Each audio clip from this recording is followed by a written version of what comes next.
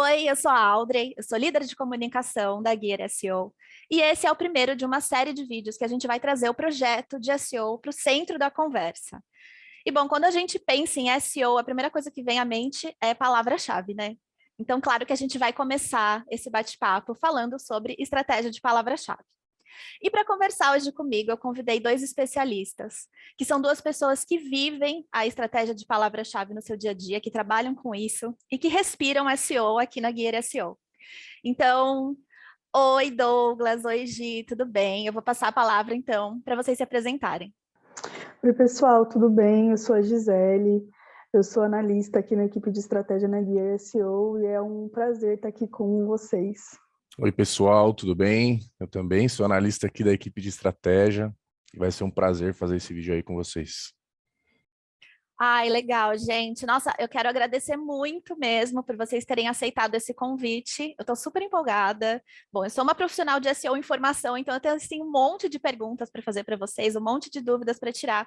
E eu estou aqui para representar quem está ali do outro lado da tela, que eu tenho certeza que também está cheio de dúvidas e querendo aprender muito, saber tudo sobre estratégia de palavra-chave. Bom, então tá certo. A gente vai falar sobre o projeto de SEO, a gente escolheu começar por estratégia de palavra-chave. Mas assim, antes de qualquer coisa, o que assim eu preciso saber antes da gente entrar nesse assunto? Bom, pessoal, estratégia é uma arte mesclada com dados. Por quê?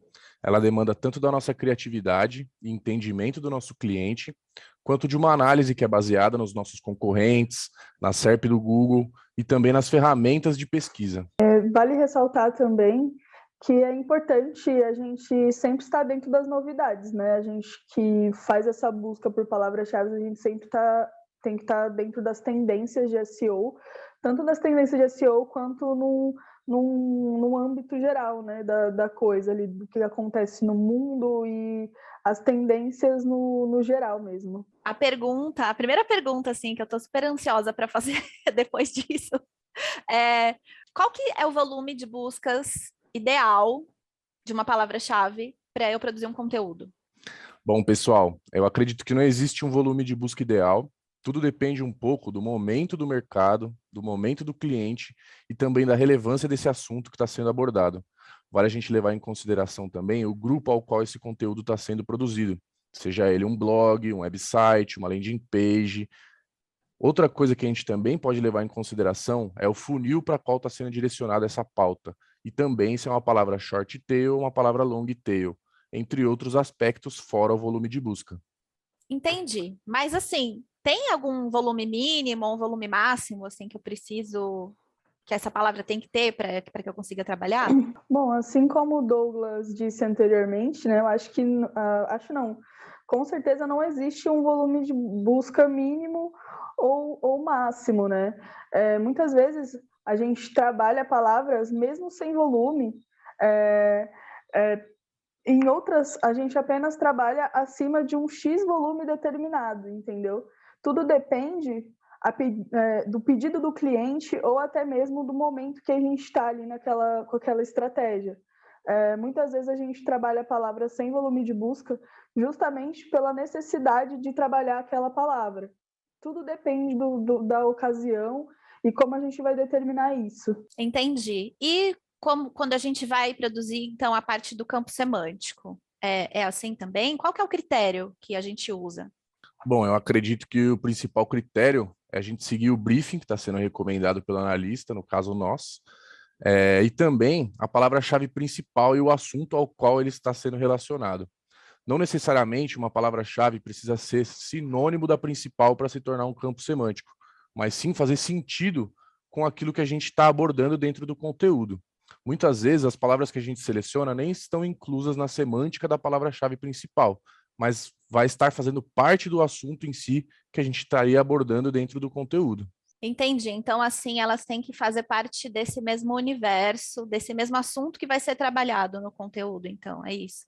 Exatamente, ela tem que estar relacionada diretamente com o assunto daquela palavra-chave, não necessariamente com a semântica. E no dia a dia, assim, né? Então tá bom, vocês vão fazer o planejamento de palavra-chave, vocês vão trabalhar campo semântico, mas nesse processo todo, qual que é o maior desafio, assim, que vocês têm nesse trabalho no dia a dia? Eu acho que o maior dia a dia, assim, para mim, pelo menos, é manter a organização, né? A gente, como a gente trabalha com muitos clientes e também com uma equipe, né? Não somente a nossa, como também outras, eu acho que é difícil a gente seguir uma linha ali de raciocínio até o final do dia, né? Acho que a gente tem que determinar o que a gente... Bom, eu tento ao máximo determinar o que eu vou fazer no começo do dia, no meio e no final. Sempre levando em consideração que a gente também tem muitas reuniões, né? Então, acho que o meu maior desafio tem sido isso, assim, manter a organização para não perder a linha de raciocínio durante o dia.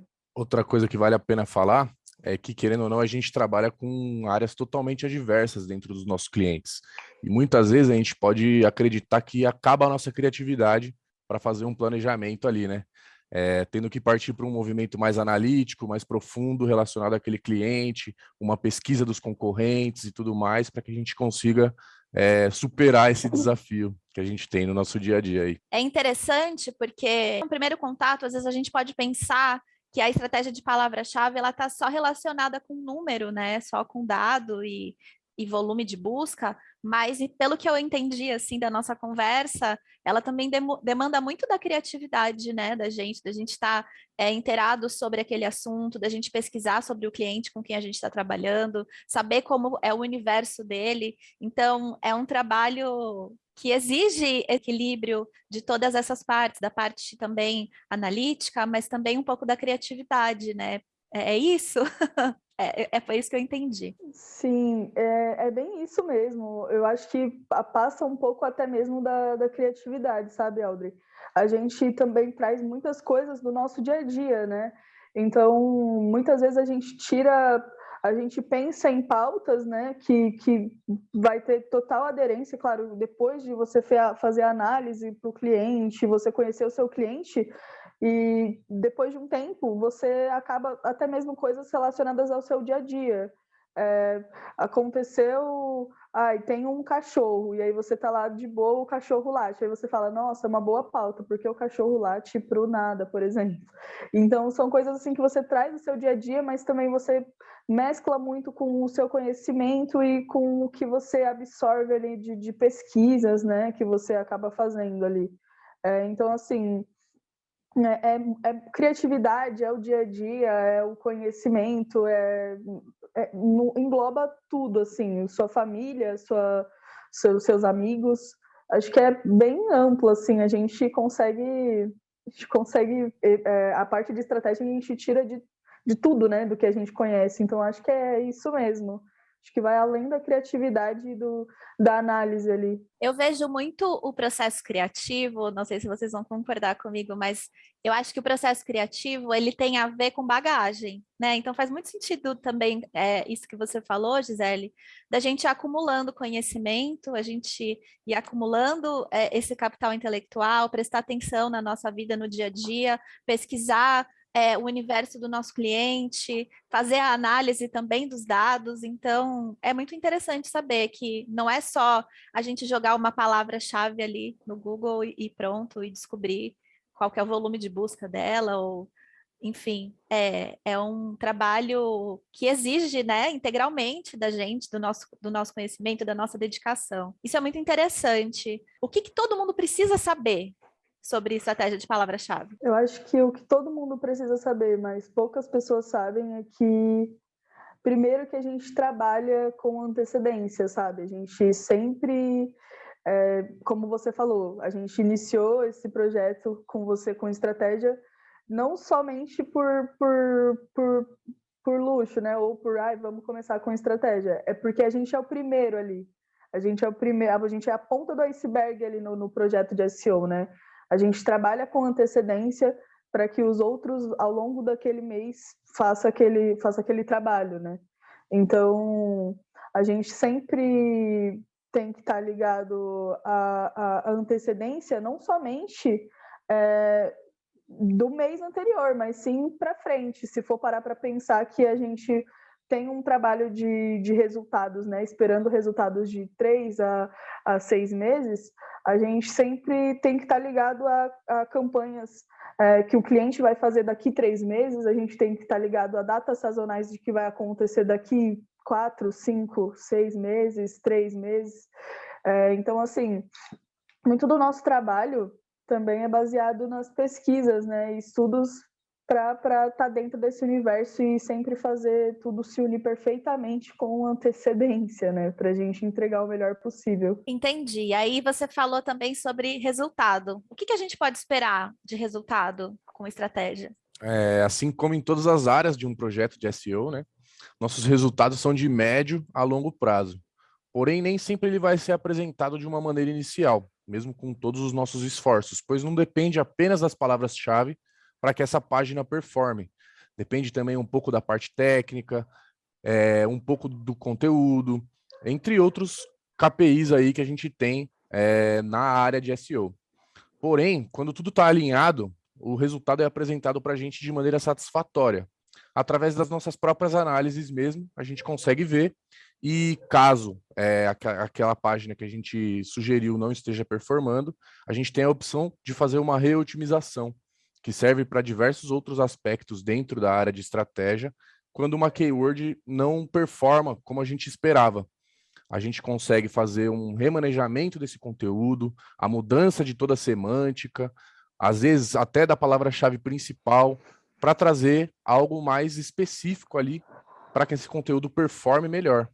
É muito interessante a gente pensar, né, no projeto de SEO. Às vezes a gente domina um assunto, a gente está trabalhando aqui, por exemplo, falando sobre estratégia de palavra-chave, mas para que esse trabalho funcione, para que a estratégia funcione, é preciso que todas as outras etapas desse organismo vivo, que é o projeto de SEO, estejam também funcionando, estejam alinhadas.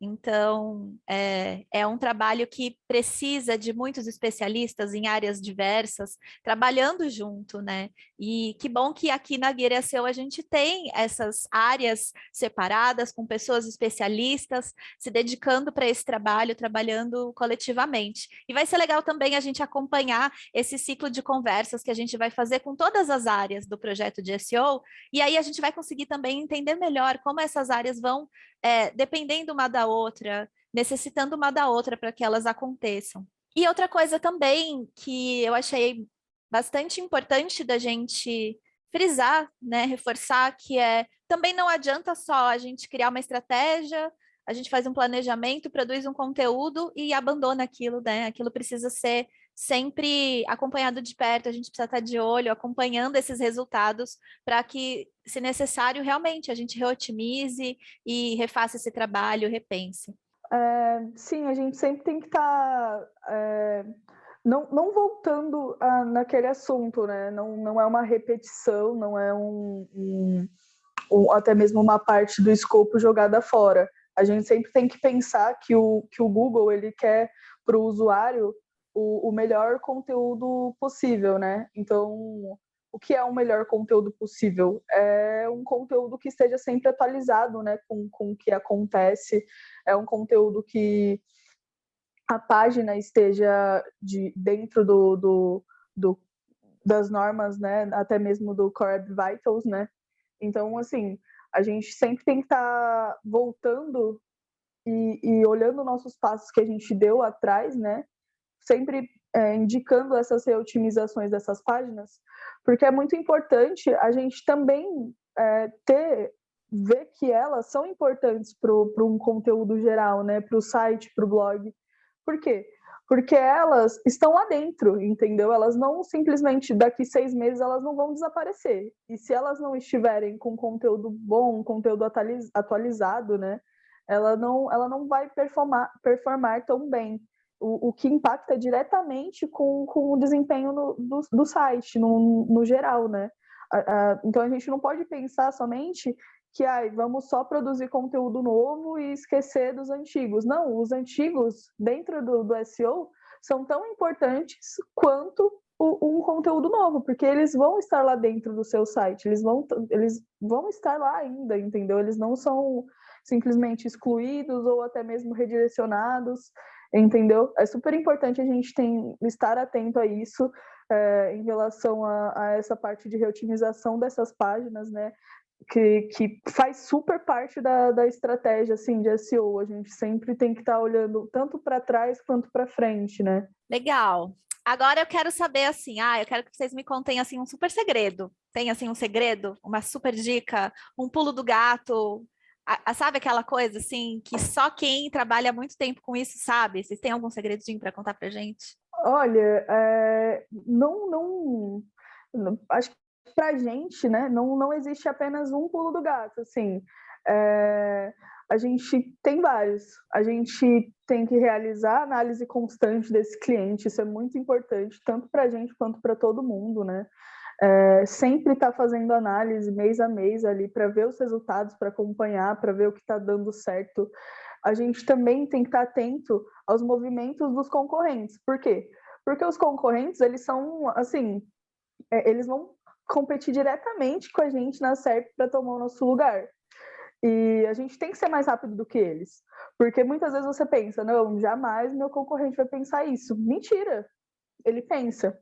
E às vezes, se ele pensar, a gente tem que até mesmo, digamos, entre aspas, né, se apropriar da ideia dele e fazer melhor. Eu acho que isso é um pulo do gato, assim, quando a gente não se apropria, né? Não diria essa. Não sei se essa é a palavra correta a ser usada, mas assim, quando a gente pega pra gente e faz melhor, dá um gostinho assim de vitória, né? Acho que quando a gente faz alguma coisa melhor ou até mesmo seguindo aquela linha de raciocínio, sabe? Outro pulo do gato também que eu acho importante pro meu dia a dia é sempre voltando naquela ideia de estar atento, né? Do que está acontecendo, as tendências. Uso muito redes sociais, os meios de comunicação, né? Porque ajuda demais na hora de ser criativo, né? Tanto na hora de ser criativo quanto na hora de ter um pensamento para uma nova estratégia. Então, assim, acho que esses são os pulos do gato, assim. Mas o maior de todos é eu sempre estar atento ao concorrente, assim. O concorrente é sempre uma fonte ou do que não fazer ou do que fazer, né? A gente fez uma pesquisa interna aqui com todos os colaboradores da Guia SEO, perguntando qual que é a etapa do projeto de SEO que eles achavam mais desafiadora. E eu confesso que eu achei que a resposta fosse a parte técnica. Mas eu me surpreendi porque a maioria votou para a estratégia de palavra-chave. Depois eu pensei que realmente faz todo sentido, né? Que é por onde tudo começa. E aí, então, depois dessa pesquisa, a gente abriu para que os nossos colegas colaboradores também enviassem perguntas de dúvidas que eles têm sobre estratégia de palavra-chave. Então, agora eu vou ler as perguntas que os nossos colegas enviaram para a gente. Quais são os critérios para a seleção de uma palavra-chave? Bom, os critérios, né? A palavra-chave, ela precisa ter aderência com o cliente, né? Ela precisa ser uma palavra relevante para o negócio, né? Relevante e importante para o negócio. A gente também leva em consideração o volume de busca, que é importante, sim. A gente vê que tem relevância para o negócio quando tem um volume de busca. E o público-alvo, né? O público-alvo, quando a gente pensa no cliente, a gente tem que saber qual que é o público-alvo dele e qual que é a persona que ele quer atingir, né? Então, a gente leva isso em consideração. A gente leva em qual contexto a gente vai inserir aquela palavra-chave. Ou seja, não adianta só a gente buscar uma palavra-chave aleatória e sem pensar no contexto dela. A gente tem que pensar em qual contexto ela vai entrar quando a gente sugere essa palavra-chave, né? Então, esses são os critérios, né, que a gente usa para levantar essa palavra-chave. Como funciona a competitividade de um mesmo termo na SERP? E aí eu vou aproveitar assim, né? Para quem não sabe, assim, sabe que está ouvindo a gente, não sabe o que significa SERP, eu já aproveito também para perguntar o que é SERP, então. Bom, primeiro, a SERP é o resultado da pesquisa que você faz dentro da página do Google. É o que a gente chama de SERP aí, né? E sobre como funciona essa competitividade, eu acredito que são diversos fatores. Tudo depende de como estão essas páginas e sites, o quanto essa página ou esse site está otimizado e o quanto de aderência aquela palavra-chave tem com o negócio ou produto fornecido ou até mesmo conteúdo. O quanto de autoridade possui aquele domínio, se aquela página vai estar bem otimizada num contexto geral de SEO, é provável que ela se posicione melhor dentro da SERP. Caso não, é provável que a gente não consiga performar melhor dentro da SERP. O que acontece é, através das nossas análises mesmo, a gente consegue ver se aquilo que a gente está fazendo faz sentido para o nosso cliente ou se não, e se vale a pena reotimizar, como a gente tinha dito anteriormente, ou se vale a pena fazer de uma outra forma, né? Faz sentido trabalhar palavras branding? Então, branding. Branding é um ponto, uma pérola, né? Por quê? Porque não é o mais recomendado usar, mas faz sentido, porque tem volume de busca. Mas, quando o usuário pesquisa por uma palavra-chave ou produto com o nome da marca, né? Por exemplo, sei lá, bolsa, sei lá, bolsa azul marca X. A marca X já vai estar posicionando porque tem o nome dela ali, entendeu? Ela é o nome dela que vai estar ali, então por que ela não apareceria, né? Então o site já vai estar posicionado na SERP com o próprio nome dele, para aquela palavra-chave. Então ele vai sempre estar em primeiro lugar. Não é o mais indicado. O mais indicado não é usar o branding, né? Porque quando a gente pensa em SEO, a gente pensa em tráfego orgânico, né? Bom, parando para pensar também, querendo ou não, utilizando uma palavra branding, a gente acaba perdendo uma oportunidade nova de trabalhar uma palavra-chave do zero, que não vai conter o nome daquela marca ou daquela empresa. A gente estaria perdendo uma oportunidade de trabalhar uma nova palavra-chave dentro do nosso escopo de planejamento. Entendi. Ai, que legal. Gente, estou aprendendo tudo. Vocês estão aprendendo aí também? Eu espero que vocês estejam entendendo tudo sobre estratégia de palavra-chave. Mas vamos continuar aqui, então, com as perguntas. Quais são as ferramentas usadas para a seleção de palavra-chave e campo semântico? Bom, elas existem várias, né? Mas a que a gente usa aqui dentro da Gear SEO é o Google Ads, o SEMrush e o Ubersuggest. Fora aqui da Gear, né, são as que a gente prefere usar, que ao nosso ver, né, já dando a minha opinião, são as melhores a serem usadas, assim, com mais facilidade, né, de uso. E fora elas, tem Keyword Tool, tem várias outras, né? Então, são várias que você pode usar, mas as principais é o Google Ads, SEMrush e Ubersuggest. Agora eu vou para a pergunta do Fábio Cosma. A escolha da palavra-chave leva em conta se o conteúdo precisará ser relevante para o usuário? Bom, eu acredito que para esse conteúdo ser relevante para o usuário, o principal indicativo que a gente tem é o volume de busca. Quanto mais volume de busca tiver aquela palavra-chave, mais interesse o usuário vai ter sobre aquele conteúdo.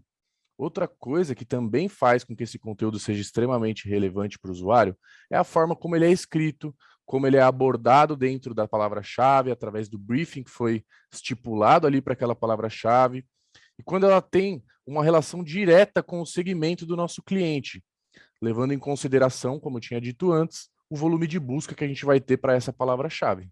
A próxima pergunta é do João Henrique Furtado Silva. Como diferenciar palavra-chave para e-commerce e para blog? A gente diferencia as palavras-chave, né, pela intenção de busca. Toda palavra-chave tem uma. Normalmente, quando ela é blog, ela é mais voltada para uma pergunta, né? Para uma dor, para um questionamento, para uma dúvida. Então, assim, essa palavra-chave ela vai ter um conteúdo que vai resolver, que vai responder essa pergunta, né? Que vai ajudar aquele usuário a encontrar a dúvida daquele problema. E quando ela é e-commerce, ela já é direcionada para um produto, para uma categoria, para um departamento, né? Então, assim, a palavra-chave para produto, para e-commerce, ela é sempre voltada para produtos ou sei lá, para o próprio produto mesmo que está dentro daquela página, entendeu? Uma palavra para e-commerce, ela seria bolsa rosa grande ou bolsa rosa com alça. Já na parte de blog, uma palavra-chave voltada para essa bolsa, né? A gente quer fazer um call to action para essa bolsa dentro do conteúdo de blog. A gente poderia falar como limpar bolsa rosa, como usar bolsa rosa, inspirações de looks para usar com uma bolsa rosa com alça, esse tipo de conteúdo. A nossa última pergunta, então, é do William Martins, e ele perguntou: como devo saber se tenho que escolher entre palavras-chave com volume de busca baixo ou alto em um projeto? Eu acredito que tudo depende do momento que a gente está nesse projeto. Muitas vezes, uma palavra com volume de busca baixo são palavras long tail, que são usadas em um tipo de estratégia, que vai ser voltada a um conteúdo de fundo de funil. Ou quando já foram exauridas todas as palavras-chave short tail, que são palavras-chave mais gerais, dentro do site ou do blog, do segmento do nosso cliente. Tudo depende um pouco do quanto a relação que o cliente vai ter no mercado com aquela palavra-chave. Vale a gente ressaltar também que nem sempre uma palavra-chave long tail vai ter um volume de busca baixo. Tudo depende do assunto que está sendo tratado e do quanto aquele assunto é relevante para o usuário, quanto aquele usuário pesquisa. É isso que vai determinar o volume de busca. É legal também trazer a consideração de que uma palavra long tail vai gerar muito mais conversão do que uma palavra short tail. Por quê? Porque ela é uma palavra muito específica, né? Ela vai gerar mais conversão do que uma palavra short tail, que é uma palavra mais geral, como o Douglas falou. E vamos assim supor que a pessoa que está ouvindo a gente ali do outro lado não sabe o que é long tail, o que é short tail. Vocês podem explicar para a gente, por favor? Uma palavra-chave short tail é uma palavra-chave mais geral, que engloba diversas outras coisas. Já uma palavra long tail, que seria cauda longa, são palavras-chave mais específicas, onde a gente consegue entrar em um assunto mais específico. Por exemplo, a gente pode dizer como é feita uma bolsa de couro. Ou a gente também pode dizer isso numa palavra short tail. Agora, uma palavra long tail seria mais ou menos como é feito o material da bolsa de couro. Aí já é muito mais específico, dentro de um assunto muito mais específico, e pode ser considerado uma palavra-chave long tail. É legal também a gente trazer a ideia que uma palavra long tail, ela sempre vai ser mais voltada para um fundo de funil, né? Por quê? Porque é uma palavra muito específica, né? Uma designação muito específica para aquele, ou para aquela pergunta, ou para aquele e-commerce, né? Ou para aquele produto. Então, como é uma palavra muito específica, normalmente essas palavras long tail são voltadas mais para meio e fundo de funil. Já uma palavra short tail, né? Ela é uma palavra mais voltada para topo, né? Porque normalmente elas são bem gerais, né? Bom, a gente cobriu, acho que boa parte do trabalho de vocês com estratégia de palavra-chave. Eu tenho certeza que quem está escutando a gente, quem está assistindo a gente, conseguiu também clarear as ideias, entender muito melhor como é que funciona essa etapa do projeto. Eu queria agradecer muito vocês, Douglas, Gisele, de novo, por terem topado fazer esse bate-papo aqui comigo. Eu tenho certeza que agora ficou muito mais fácil entender do que se trata, então, estratégia de palavra-chave. E se você que está nos assistindo quer entender como funciona cada etapa do projeto de SEO, você pode continuar nos seguindo, que outros vídeos virão com todas as etapas do projeto, nesses bate-papos que você pode aproveitar para tirar todas as suas dúvidas. Se alguma coisa que foi falada aqui gerou uma dúvida em você, se você quer perguntar alguma coisa para os nossos especialistas, você pode comentar aqui embaixo no nosso vídeo, manda sua pergunta que a gente vai ter o maior prazer de te responder. Eu espero que vocês tenham gostado desse bate-papo. Não deixe de enviar suas sugestões também para o próximo. E eu quero agradecer de novo a Gisele e o Douglas por terem estado aqui comigo. Muito obrigada, pessoal. Foi incrível conversar com vocês. Eu já aprendi muito mais coisas também hoje, consegui tirar muitas dúvidas que eu tinha. E eu tenho certeza que foi super proveitoso também para quem está do outro lado da tela assistindo a gente. Que isso, Audrey, eu que agradeço. Eu e o Douglas, né, a gente se sentiu muito lisonjeado com o convite e eu espero que a gente tenha atendido e sanado, né, pelo menos 50% das dúvidas que o pessoal tinha sobre estratégia, né? Valeu, pessoal. Só agradecer vocês mesmo de ter dado essa oportunidade para a gente. E como a gente falou, espero que a gente tenha realmente sanado todas as dúvidas aí que ficaram em aberto. Eu tenho certeza que sim, que muitas dúvidas foram sanadas, que agora a gente já consegue entender muito melhor como funciona essa etapa do projeto. Eu espero que você tenha gostado. Nos siga nas nossas redes sociais. Você pode também acompanhar o projeto SEO na prática, que acontece dentro do Gearplace, através do e-commerce demonstrativo que foi criado, que é o Bolsa Já. Você também encontra mais informações sobre isso aqui no nosso canal do YouTube. Muito obrigada por acompanhar a gente até aqui, por ter nos escutado até esse momento, e a gente se vê na próxima. Tchau, tchau!